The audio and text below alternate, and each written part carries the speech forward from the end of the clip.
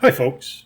In this video, I'm going to review the CR-Scan Ferret 3D scanner from Creality. This scanner uses ASIC chips with a processing speed that's up to 10 times faster than other scanners that use general purpose chips, and it scans at a rate of 30 frames per second to create a 3D point cloud quickly for a better user experience. It also has a full color camera so that you can capture the original colors and superficial details of the object that you're scanning, and it can do it in bright or low light conditions so you can scan just about anywhere indoors or outdoors. The scanner and accessories come in a rugged case to keep them protected. Inside is a tripod stand that also has a battery built into it with multiple ports for charging and connecting devices. There's a gimbal for attaching the scanner to the tripod, as well as a bracket for holding your smartphone while you're scanning. Not to mention the scanner itself and all of the USB cables that you're going to need are also included. Creality developed their own mobile app and PC software to use with the scanner, which has loads of scanning options and features to help you achieve clean and complete scans, like model optimization and auto alignment, automatic noise removal, simplified topology, color and texture mapping, and a lot more. You can also export your model to the cloud for further processing in CAD, or send it directly to your 3D printer for printing. Your device will need at least 8 GB of RAM to run the program though. The first object that I chose to scan was my DJI drone, and I did it by placing it on this DIY turntable that I made from scrap plywood and a piece of acrylic to serve as a plain bearing. The drone probably wasn't the best choice to start with, since 3D scanning in general comes with a learning curve and it takes a bit of practice to get good results, especially with complex objects. After the drone was set up, I opened the app to start scanning.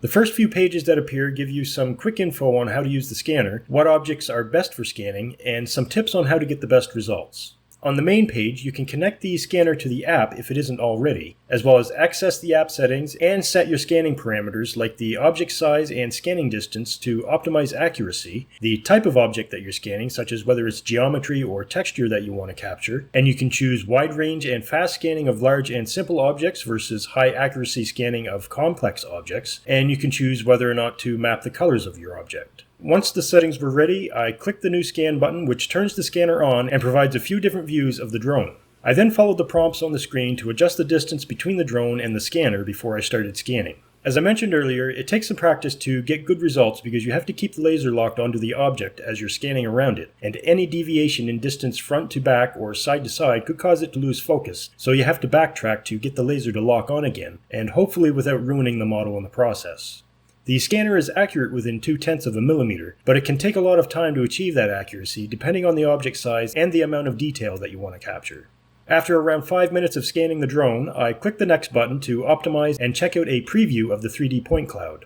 You can see that I didn't scan the bottom of the drone because I didn't have it elevated high enough above the table to get a good view of it, so these areas are missing from the model. If the holes weren't so large, then I could use the options on the right of the page to automatically close them when the model is meshed, but since there's no detail to fill them, then they would just be blank, odd-looking spaces. But it is a good option for closing small holes in a better scan for 3D printing without any further processing. Notice that I didn't get much detail from the props either. This is partially because they're so thin, but also because they're dark and they moved around a little as I moved the drone around. So the scanner captured them in different positions relative to the drone and I made a mess of them. The color mapping worked out well though. I then tried to scan a model truck with similar results.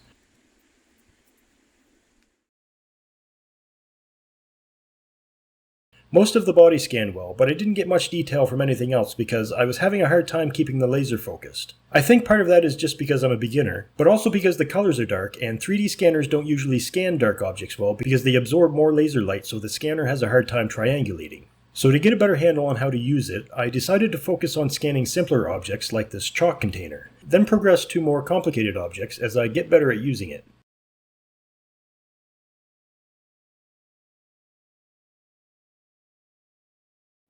After a while, I gave this wood carving a try and it turned out pretty good.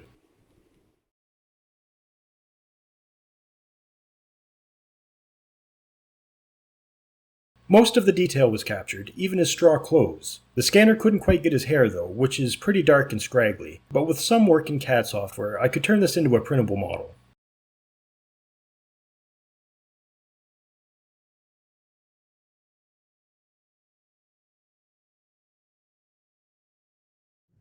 Next, I tried to scan my hand. My first attempt was with my fingers open, but it was hard to keep them in the exact same position for the 3 to 4 minutes that it took to scan, and it ended up looking like I dipped my hand in a bucket of acid. So I tried a closed fist, and it worked out pretty good, with the exception of my arm and wrist looking like a mess because I had to move them in different positions relative to my hand in order to get a complete scan. I used the closing feature to close any gaps and make it a printable model without any post-processing needed. But this isn't the sort of thing that I would use this scanner for, let alone invest filament to print, so I did something with it that's more fitting for my channel.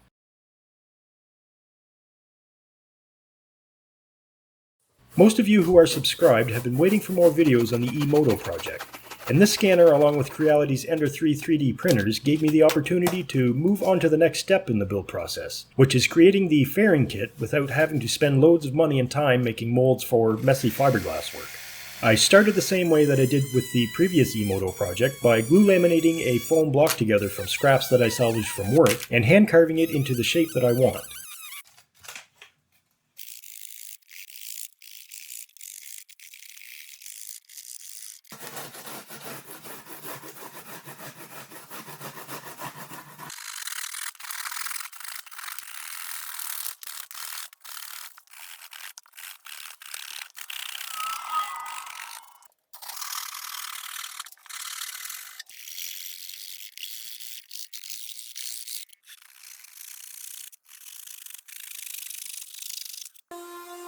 Because I was trained in building before CAD software became mainstream, I still find it easier to sketch most things in 2D and create it with my hands and a block of raw material, especially when compound curves are involved. I personally struggle with those in CAD. But by taking 20 minutes to carve a master from foam to scan and fine-tuning that model for printing, I can save myself a lot of time and headaches compared to wasting a day starting from scratch in CAD.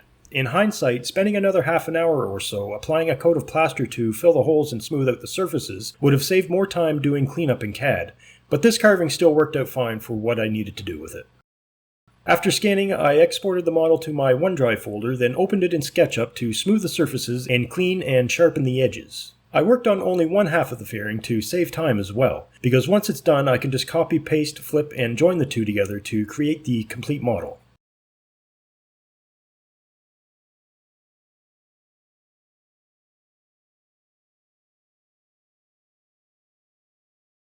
Once the model was cleaned up, I started thinking about how I was going to print it, how it would be assembled, and what details I wanted to add. Since I was going to print it with my Ender 3 printers, I would need to break it up into smaller pieces to fit on the build platform. So the first thing that I decided was to divide it into 3 main pieces, which would be a center piece and 2 side pieces, which would screw to the center with socket cap screws and give it an industrial cyberpunk look. Since the bike is electric, there's no need for a gas tank, so some of that space under the fairing can be used for a storage compartment, which I also incorporated. After the details were figured out, I chopped the 3 main parts of the model into even smaller pieces that would fit on my Ender 3 build plates. Then I exported the models to a slicer to create the G-codes and started printing. After the smaller parts are printed, I'll assemble them into the 3 larger components using superglue and reinforce them with a couple layers of fiberglass on the back sides.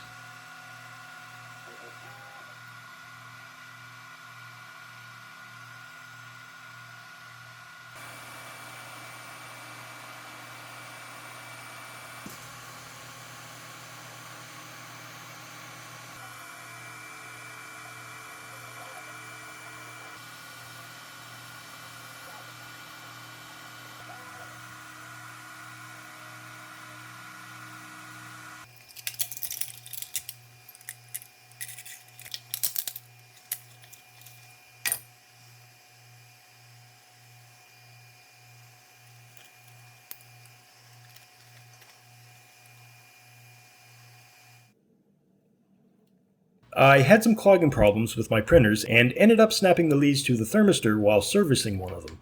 So I only have one printer working for the next couple of days, and I wasn't able to get all of the parts printed in time for this video, but I assembled most of one side to give you an idea of how it's going to work.